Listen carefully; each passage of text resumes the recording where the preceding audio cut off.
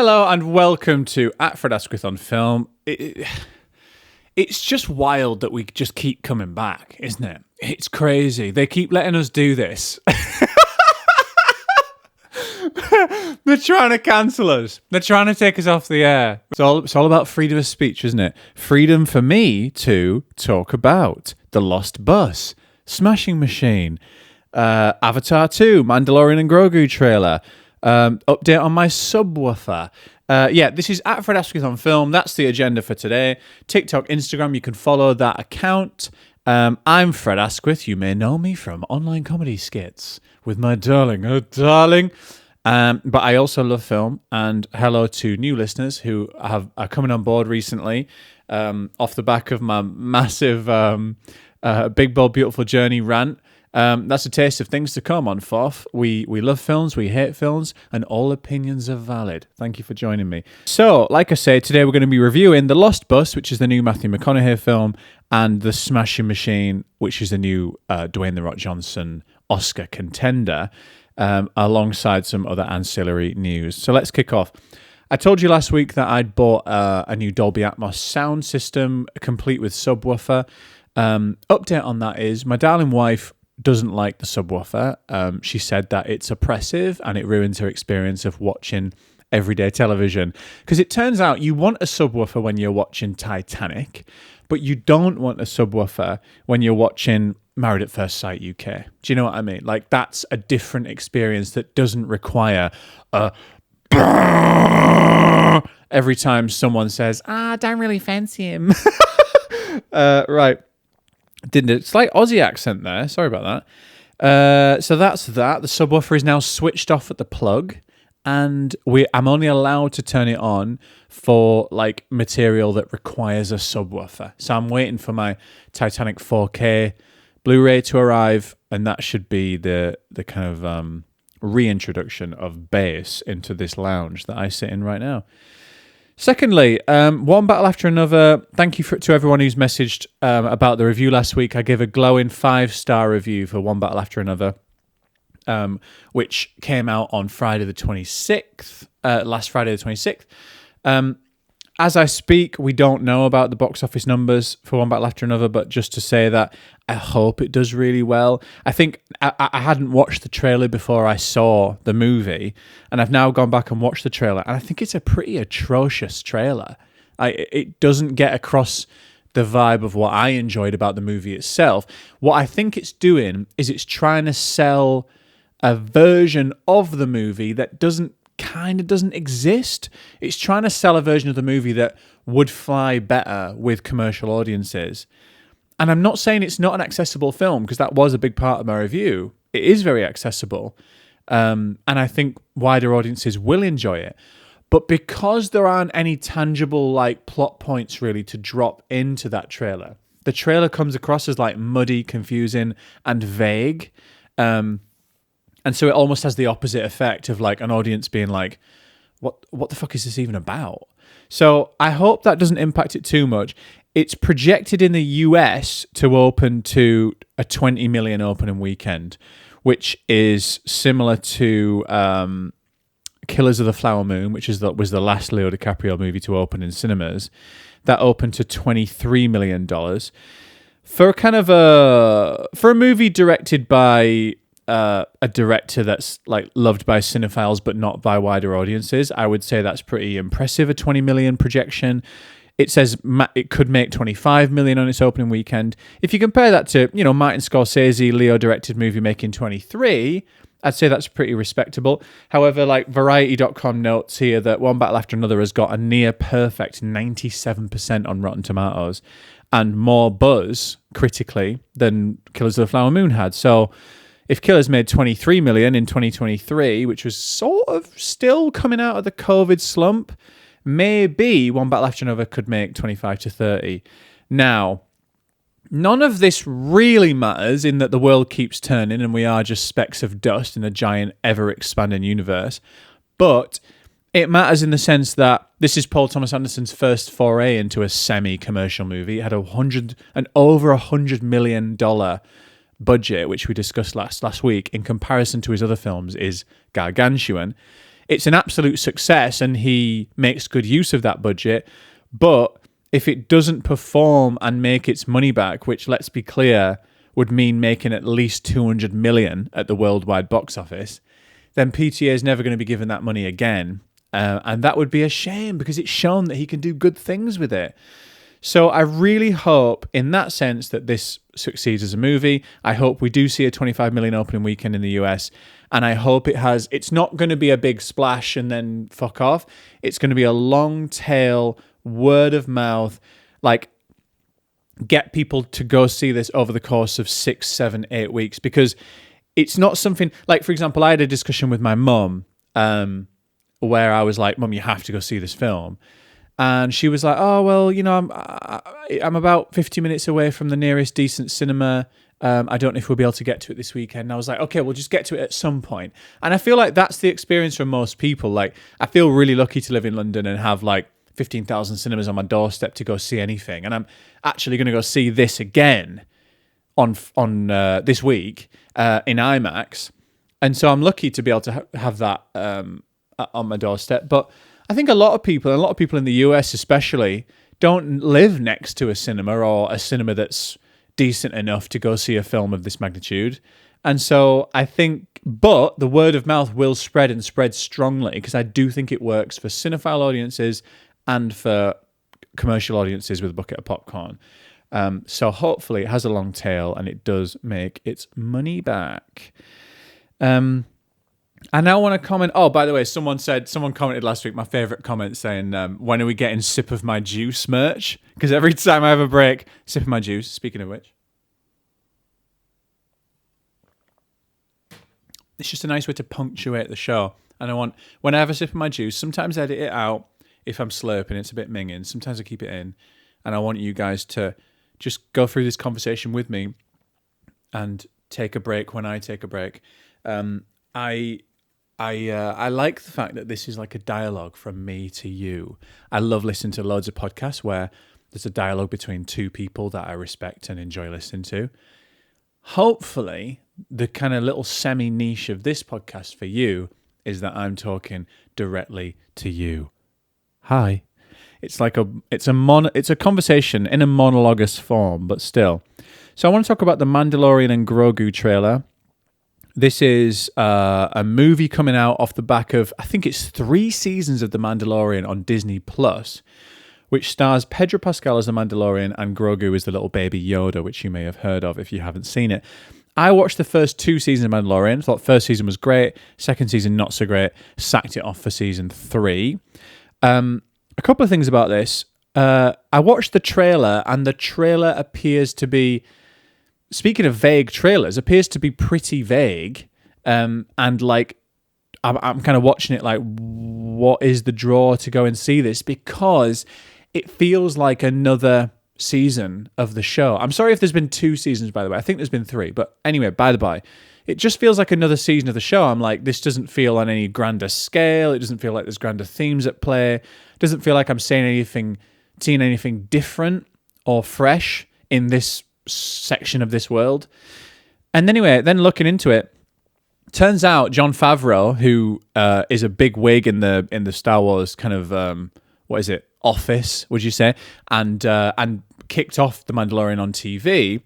Jon Favreau was devising a 3rd/4th season. I think it's 4th season, and it didn't get off the ground. And so then they made a film, and so you would expect that the story that was meant for this new season of Mandalorian is now the story for the movie.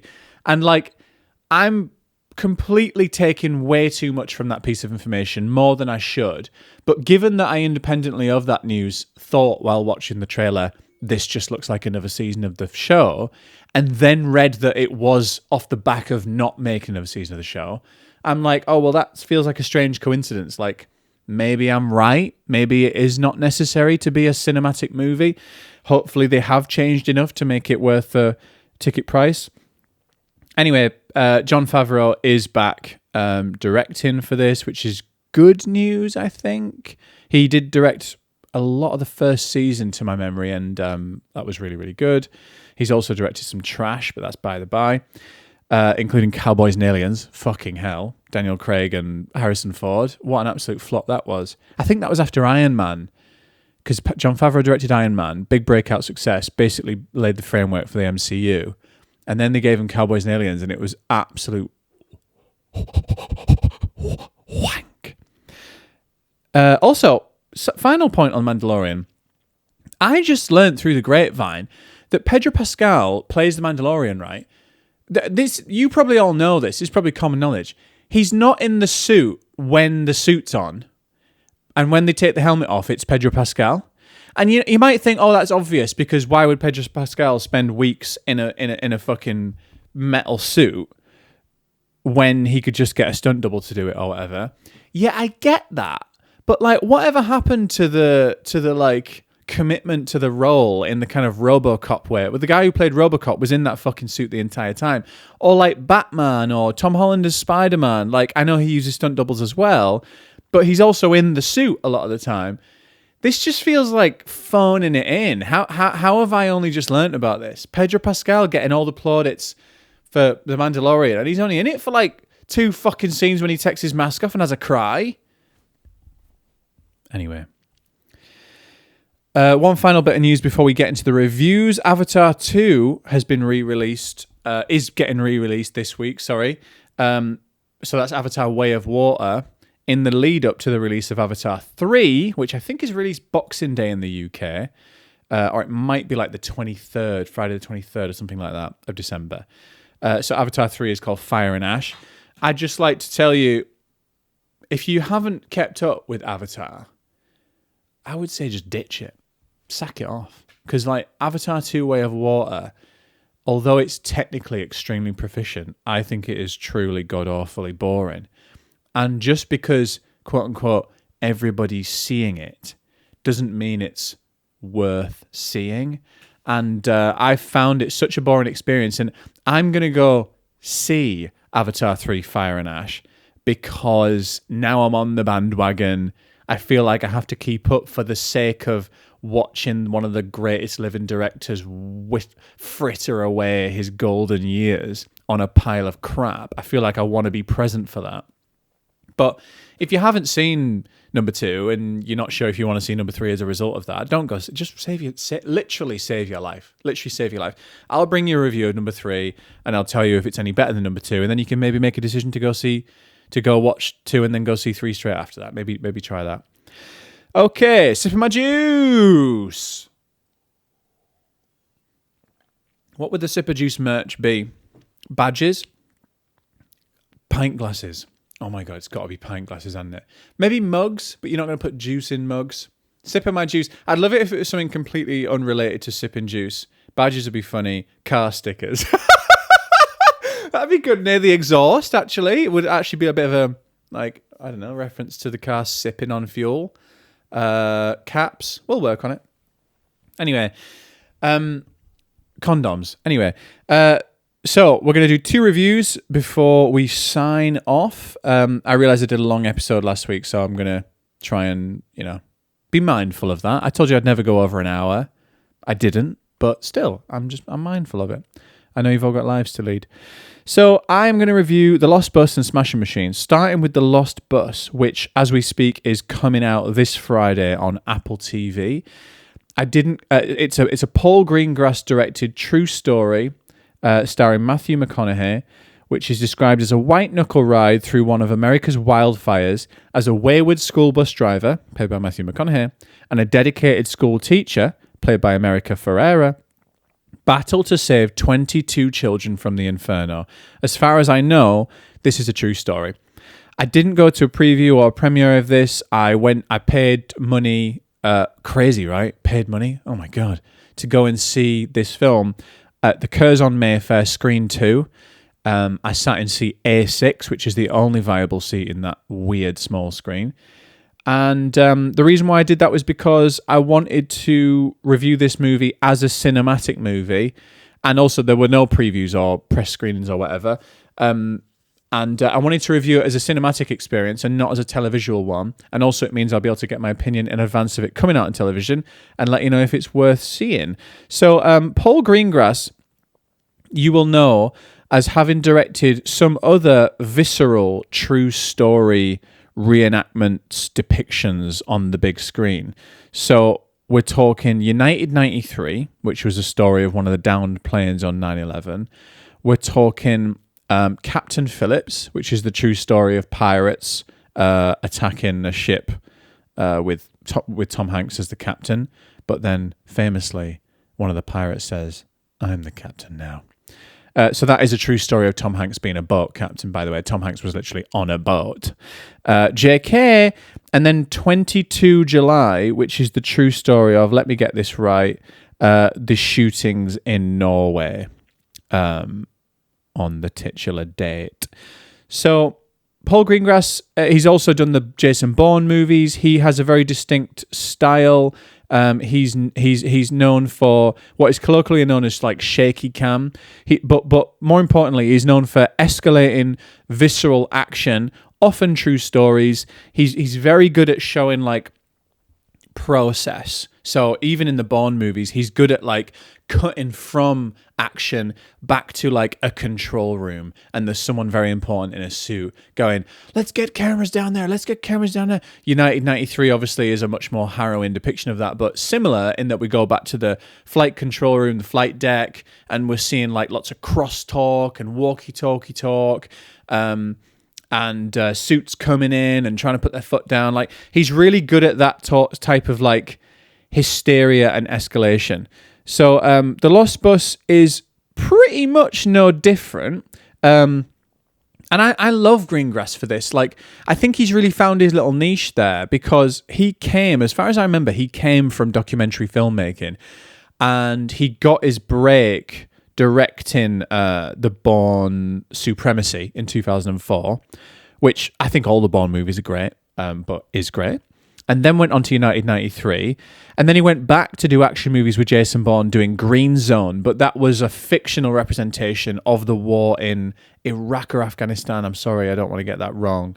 And then again, went back to real life, basically a horrible real life event, 22 July, Captain Phillips, and now this. So I really like that he's found this niche. I think it really suits him, and I think that like I say, his visual style, he kind of pioneered this shaky cam style, which really impacted the rest of the industry. So as you remember, him doing this on the Bourne Supremacy and Ultimatum influenced the whole Bond canon, and Quantum of Solace in particular is like. It's like it was filmed on one of those fucking fat jigglers that you get at the gym. Like, you can barely see what's going on. I quite like Quantum of Solace as it happens, but that was influenced by Paul Greengrass. So I think he's put a big stamp on the action movie industry, even though, you know, these true stories aren't strictly action movies, and it'd be quite cynical to call them action movies. You know what I mean? The way he shoots action has been quite influential on the industry. So The Lost Bus it's a bit more of a down-to-earth story, as you can tell, but it is intimate in the same way. So United 93 is a true story on one plane, 22 July is a true story on one island, Captain Phillips is a true story on one boat, The Lost Bus is a true story on one bus. So in terms of the format, he's found his place, and it's not too much different. So if you like that kind of thing, definitely go see it. However, there are some downsides to this in comparison to those ones I just mentioned. First of all, it's not as practical, especially as something like Captain Phillips. And fair enough, Captain Phillips doesn't have reason for CGI necessarily. There's no massive explosions or anything, and you're in the middle of the ocean, so you can generally do everything practical. Ocean-related things are easier to do practically, whereas fire-related things, this is about a wildfire in California, is much harder to do practically because fire is literally hard to wrangle, right? So I appreciate why the fire had to be CGI. I have no idea how else you would do this. I just know that as an audience member, just consuming the art that was in front of me, it felt like it took me out of the movie knowing that I was watching what felt like AI-generated fire. Like there was some tracking shots going through the wilderness watching the fire spread. And the way the camera was moving, it felt like it was made on that AI Unreal Engine. You know, that it's called Unreal Engine, that literally just builds a shot for you based off a description. Much more proficient than like ChatGPT or anything like that. It felt really AI. And it really took me out of what is an extremely grounded and harrowing true story. Also, it felt cheap in other ways too. So, like I say, he's really good at the kind of like action cutting back to the control room thing. But in this, for some reason, it felt cheap. For some reason, I could see the kind of limits of the budget that they must have had. And I haven't even looked into it. This is all just guesswork based on the aesthetic of the movie. And I think even if I may be wrong about this, maybe it had a huge budget, I still think the aesthetic of the movie speaks for itself. So we are cutting back from Matthew McConaughey driving through the wildfire in his bus of 22 kids with America Ferrera to the control room of firefighters, police officers, and whatever. But in this case, it felt very cheap that, like, you could tell that those actors in the control room, I was just imagining, okay, they've been booked for like 2-3 days.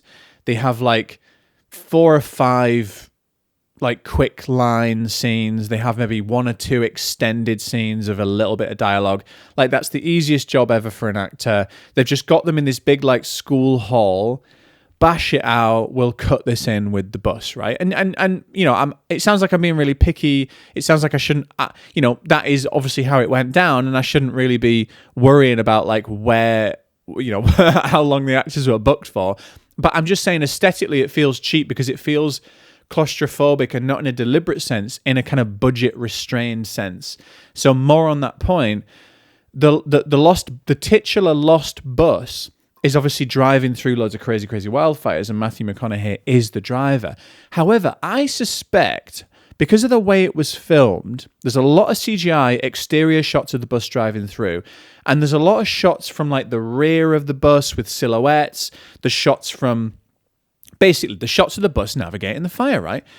And I started to think, and maybe this is just an indictment on the quality of the film, that I had time to even think about this, but I was starting to think, oh yeah, so I guess a second unit will have filmed like the kind of, what's the word, like the basis for these CGI shots. Like, they will have gone out and filmed this bus doing all these different maneuvers, maybe on a green screen or maybe in a sparse forest where they could add the fire after and blah blah blah. And then Matthew McConaughey will have come in for 1 week, 2 weeks, and they will have locked the camera off on the dashboard. Maybe he was on a green screen, and they will have potentially just flashed lighting at his face to denote the different moments. And they'd be like, okay, now you got to turn the wheel left and say this because we're going to film that part separately. My point is that, like, I really started to get a sense that Matthew McConaughey himself was detached from the actions of the actual bus that he was supposed to be driving. Does that make sense? Because not once maybe once or twice, but I'm exaggerating, but like, it didn't feel like I was ever seeing extended moments of like Matthew McConaughey actually in the terrain and in the surroundings and in the bus, in the moment, in the full scene. It felt like his shots were separate from what was probably filmed at a separate date. And the nature, you know, Greengrass does excel in claustrophobic environments, but the nature of this story is actually, look, the story happened. The story is a true story. And even if it's not strictly true, you know, things like this have happened and do happen. So I'm not denouncing the reality of it. I'm not denouncing that it's harrowing. I'm not denouncing that it's traumatic. Again, I'm just saying, as an audience member, it's actually so claustrophobic to the point of being a little bit like disengaged, or a little bit kind of, it's always at arm's length. It's always there's not much meat to chew on, I guess is the phrase I'm trying to reach for. Because like when you're in this bus in the wildfires, there's like thick black smog surrounding the bus, and so you know that, and that's what it must be like. You can't literally see out of the smog to the sunlight. Just as a viewing experience, it actually becomes really one note, really, because like, how much can you visually change scene to scene that situation? You can't, and so it all ends up becoming very one note, feeling quite repetitive, obviously, you know, they get themselves in one situation, then they have to get out, and they get themselves in another situation, they have to get out. And again, like, I'm not saying that this isn't a traumatic thing to happen in real life. I'm not talking about the real life story whatsoever. It is an incredible story. I just think as a story to put on screen for 2 hours, there's not enough to it, really. I do love watching Matthew McConaughey. I do love watching America Ferrera. I think they're both extremely watchable, but they are burdened with quite cliche dialogue. Like, there's a line where Matthew McConaughey says to his mum, "Yeah, well, I'm not my dad, remember?" You know, just that kind of stuff. And the themes at play are also quite basic. So it's all built around the fact that he feels like he's a bad dad and he's trying to get back to his son. And there's an allegorical small boy on the bus who represents his son. And it's all a bit like basic. I feel like, you know, speaking of the AI, I feel like ChatGPT probably could have written it. So, and on the on the shooting style of Paul Greengrass, sipping my juice, the quote unquote shaky cam shooting style, it just kind of grated on me. It is actually a bit dated now. I think what he's doing, I'm quite limited in my technical knowledge, but I think what it means is they have a long lens, meaning that they're far away from the action with a long lens that is zoomed in. I'm using like layman's terms because I don't know the technical terms. Zoomed in on the action from afar with a very, very shallow depth of field, meaning that whenever the object in question is moving, say it's Matthew McConaughey, you're on a handheld from a long lens, meaning all those minor shakes in the cameraman's operation are like really, really accentuated in the frame.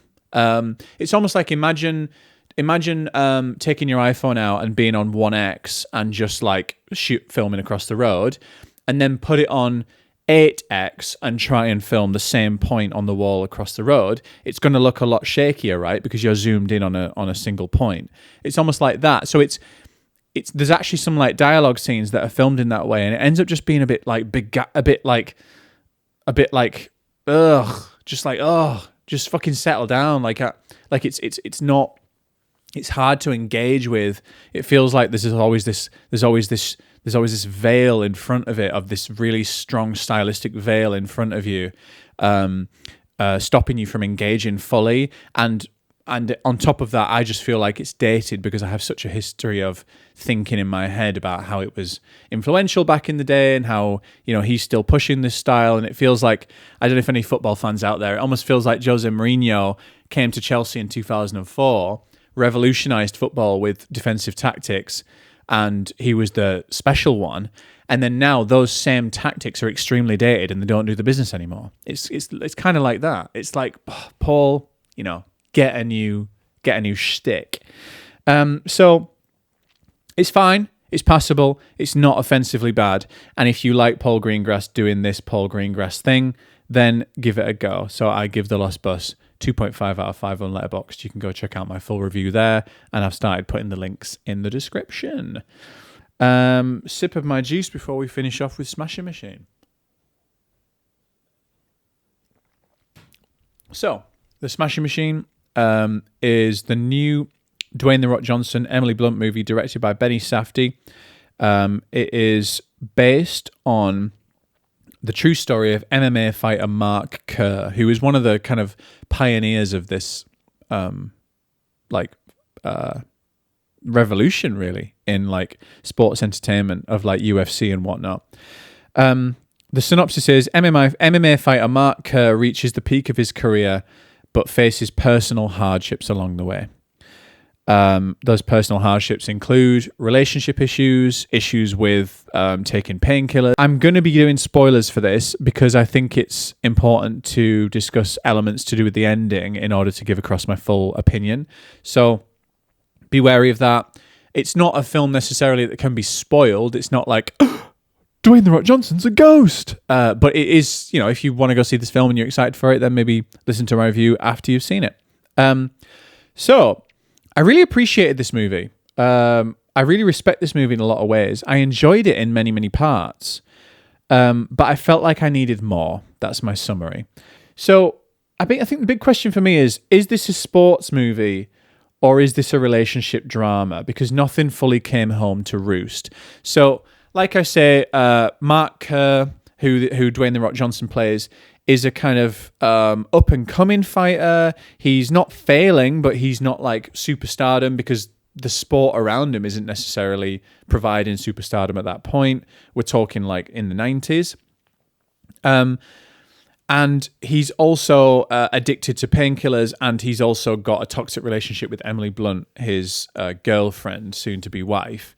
That toxic relationship is depicted in like quite repetitive relationship scenes, like bickering, arguing, kind of like there's no real escalation or de-escalation. It's just kind of a repetition of the same kind of scene 3-4 times. We see them kind of crash out, throw bowls everywhere, and I don't really feel like I went on a journey there. I feel like I just kind of joined the movie as they were, and I left the movie as they were. So there was no real texture or development to that story for me. There was some escalation at points. So this, again, spoilers. Like I'm going to be spoiling this movie. So there's a point where Emily Blunt kind of has a big crash out and threatens that she's going to kill herself. And that's a really effective scene, just the way that it escalates. And you do feel a sense of that like paranoia and panic that you get in other Safdie movies in that scene. And I think they're very proficient at that, clearly, and it is very, very well done. But otherwise, generally, I was kind of watching it thinking like, well, what is it about this relationship that is so worth depicting? And is this what the movie is about, or is it about the sporting side of things? And, you know, you can say to me like, most sporting movies, Rocky and The Fighter and Southpaw, whatever, they're about both, right? They're about the sport and the relationships. I get that. I know it can be both. My point I'm making here is it felt like neither was worthy of the movie. So that's on the relationship side. And on the sporting side, so the sporting narrative is not necessarily exceptional. So again, spoilers. Mark Kerr, he kind of like has a fight in the UFC. He's fighting in Japan. He's got a friend who also fights in Japan. The Warrior kind of template for a movie, if anyone's seen Warrior with Tom Hardy, is that you would expect him to fight his friend. But this is a true story. They end up not fighting. He doesn't even get to the final round of this competition. He loses in the semi-final. We learn at the start of the movie that he's never lost a fight, so it is significant that he loses this fight in the semi-final. But we actually, after the opening sequence, never see him win a fight. So there's none of that kind of Rocky, like, uprising. I don't even know if we see Rocky win a fight, to be fair, but there's none of that kind of, like, uprising. In Warrior is the best example of, like, oh my God, he's getting better. Like, the sporting story is actually quite drab. So it kind of... it's not invigorating when you compare it to other combat sporting movies, and so you're kind of there hanging on the relationship drama, and you're kind of like, okay, maybe this is all about the relationship drama, and the fighting is more just like a thematic like tag on to that. But then the relationship drama itself isn't given enough, so you're kind of in this like weird pocket between the movie Warrior that I've mentioned, which is sort of like an everyman fighter shooting their shot on the big stage, and The Fighter, which is like a true story of that is more drama based than sport based. The Fighter with Christian Bale and Mark Wahlberg, directed by David O. Russell. The thing is, it's not as traditionally entertaining as Warrior, which is a pretty commercial movie that my dad fucking loves. I'll put on in a heartbeat any Sunday. Or as dramatically engaging as The Fighter. So it's kind of like you're sat there being like, again, we talked about it with The Lost Bus, like when is there going to be some meat on the bone here? And going back to that spoiler point that I mentioned, you know, the Warrior template of like the two friends or the two brothers are going to fight at the end. The two friends that they build up this friendship here, and they kind of don't fight at the end because that's what happened in real life. But I'm like, well, why did you pick this story to tell then? But if you do like that type of movie, then it's definitely worth seeing. On the sporting point, I felt this with F1. the recent Brad Pitt movie F1. I really don't like it when sporting movies heavily rely on fake commentary as a crutch to tell you the story. It really bothers me. It just makes me feel like, you know how everyone says like voiceover just means there's bad storytelling. I don't necessarily agree with that, but I do agree with commentary, sporting commentary on sporting movies. I'm like, you're not telling me the story well enough if you have to tell me, and that's the first loss from Mark Kerr and he must be devastated. Yeah, well, I know it's the first loss from Mark Kerr if you tell me correctly in advance, and I know he's devastated because I can see it on the performance. That's a shitty example, but you know what I mean? Like, they lean on it as a crutch to tell me the story, but they should be telling me it effectively in other ways. Really, really bothers me. I mean, in F1, it was fucking out of control. There's also a side point to this, which is the relationship. There's not much meat on the bone. The sporting aspect, there's not much meat on the bone. But then there's also this story of addiction. So he was addicted to pain medication, really, really, really strong pain medication. I think that's a really, really important discussion to be had. From the little I know about that culture, from like me dipping in and out of WWE and UFC, there's an epidemic of sports stars taking and getting addicted to pain medication because they need it a lot of the time for horrific injuries, but then they get addicted. However, as stories of addiction go, this was actually quite light touch. Like, I'm not saying Mark Kerr didn't go through the ringer. He absolutely did. There's scenes where, spoiler, there's scenes where he like nearly dies because he's taken too much of this stuff. There's one scene of that. So I'm not saying it's not traumatic. I'm not saying the true story isn't horrific and Mark Kerr didn't really go through the ringer. He definitely did. But I'm just saying again, he cleans himself up in this movie, and then there is no point where it really figures in the rest of the film. And that's real life. You know, congrats to Mark Kerr. He didn't go back to his addiction. I'm really happy for him. But again, this is the problem same with The Lost Bus. There's a problem of like commenting on real life stories from a structural point of view. I understand that's a lost cause because like, if that's what happened in real life, that's what happened in real life. But if you choose for a real life story to be a movie, there are some structural tropes that I think it's important to try and fit within. And the fact that this addiction story is sort of escalated and then feels like just dropped because that's what happened in real life. Again, I'm kind of like, well, what is it about this movie that I'm supposed to be engaged with? The addiction story is not necessarily as compelling as other addiction stories in other real life movies.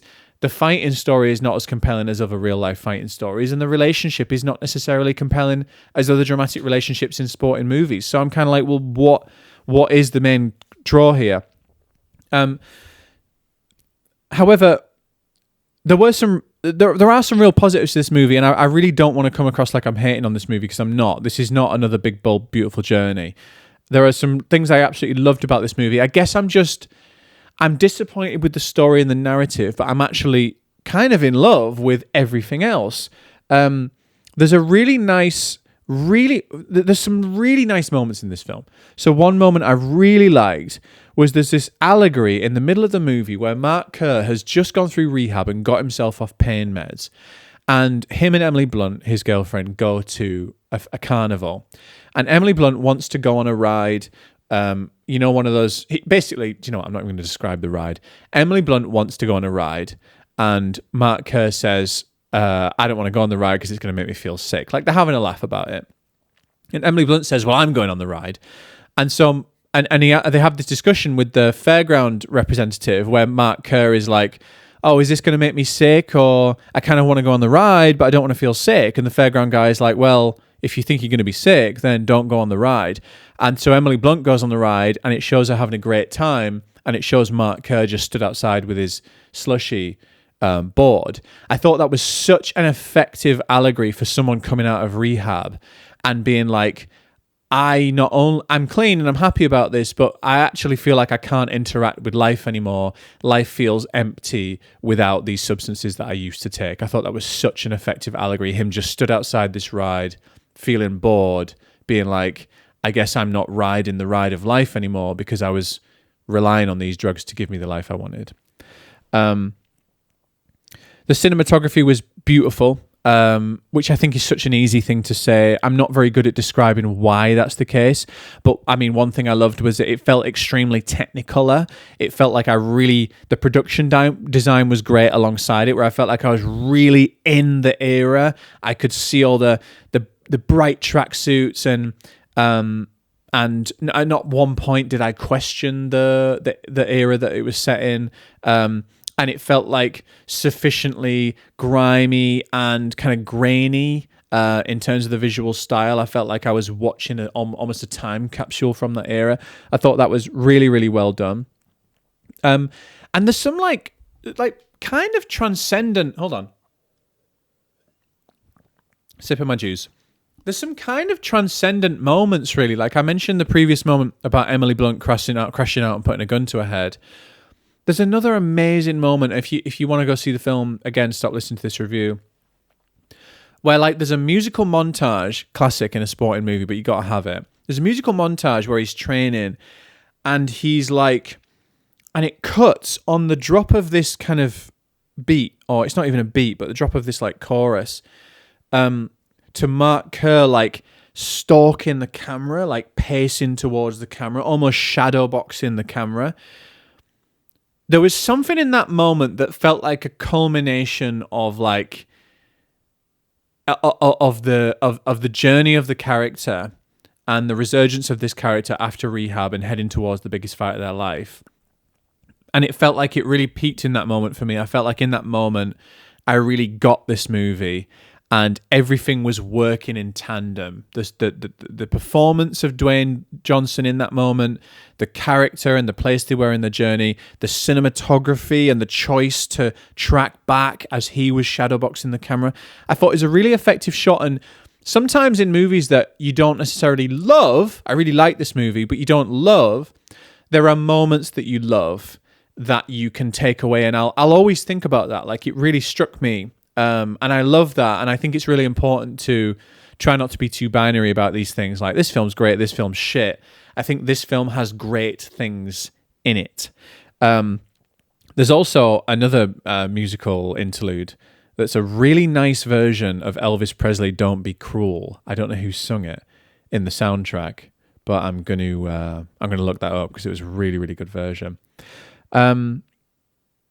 Another down moment, performance is very, very good, as I've mentioned. Emily Blunt, very, very good. She didn't seem as self-conscious as I sometimes think Emily Blunt can be. I think Dwayne "The Rock" Johnson will probably get a nomination. I think he deserves the nomination. I think he's not necessarily being another version of himself. He's not necessarily disappearing into a role and being a completely different demeanor. But we've seen a lot of one side of Dwayne Johnson in Fast and Furious and with sort of the action side, and then like Jumanji with sort of the action comedy side. Like, we know he's good at that sort of goofy register as a big guy. In here, we see a softer side that I don't think isn't part of Dwayne "The Rock" Johnson's register. I don't think he's pushing his own boundaries as much as maybe people are saying he is. Like, he does have a soft side to his demeanor in real life. Like, and I think what this does is it just mines and explores that side of Dwayne Johnson's character in a way that we haven't seen before. So it feels very new. But I'd imagine if he did another kind of softly spoken, compassionate character, it would feel quite similar to this performance. So I think if he doesn't bag the Oscar for this movie, he probably won't bag an Oscar. I think it's now or never, basically. And I'm really happy for him to get it now. I think he's actually contributed quite a lot to Hollywood in his own kind of shit way. And I'm all up for him getting it. One point, sorry, just before I sign off, one point that really let me down, actually, which I hope is going to colour like the rating that I'm going to settle on. I'm trying to give a sense of like the things that I loved and the things that I didn't like. On the fighting scenes, and there are a few fighting scenes, the sound design wasn't that punchy for me. And I know that for a fact because we were in the best cinema in London for sound design. We were in the Odeon Lux West End, which was built as like the technically most proficient screen you could be in. It's Dolby Atmos. It's perfectly symmetrical. The screen is full wall size screen. It's unreal. You're in this soft, beautiful padded recliner, which obviously isn't related to the sound, but I've seen movies in there such as what did I see? Civil War, the Alex Garland movie, and I also saw Challengers, the Luca Guadagnino movie. And so I know that cinema absolutely fucking bangs. If the sound design bangs, then that cinema is going to show you it. Because Civil War blew my fucking wig off. It was insane. And you'd think that this would have a bit of that in it, because there's lots of punches and kicks and dark undertones to the movie that would require like deep resonant bass. And I didn't get any of it. I actually felt like quite thin sound design. I don't know if that was deliberate or if it's just a stylistic choice of whoever is the sound designer. But I felt like it was really lacking there, because I felt like the movie is called The Smashing Machine. Like, I felt like I wanted to feel the weight of his heft in those fights, the clobbering and the kicking and the punching. And I didn't feel it. They kind of, every time there was a punch, it sort of felt like they were like slapping meat or something. It really lacked a punch, pardon the pun. It really lacked a punch. So that's a weird point to end on. But anyway, as you can see, I really liked elements of this movie and not so keen on other elements. I felt like it was so promising and I wanted more. But it's certainly proficient enough to get Dwayne "The Rock" Johnson his Oscar. It's certainly proficient enough for me to be really excited for the next Benny Safdie movie. And I certainly, like, overall really appreciated the experience. So I give this movie 3.5 out of 5. And that is the end of this episode of Fred Asquith on Film. Thank you for listening. If you have any comments on these movies when you see them, please do let me know. I'm really enjoying the comments in the DMs recently. Next week, we'll have that update on the One Battle After Another box office. Let's see how it does. We'll also have an update on the Avatar 2 box office. I'm kind of curious to see if people flock back to see that absolute steaming pile of dung. And we will also possibly review Steve, which is the new Cillian Murphy movie coming out on Netflix on the 26th of September. So it'll be a late review for that, but like, you know, no one really gives a fuck.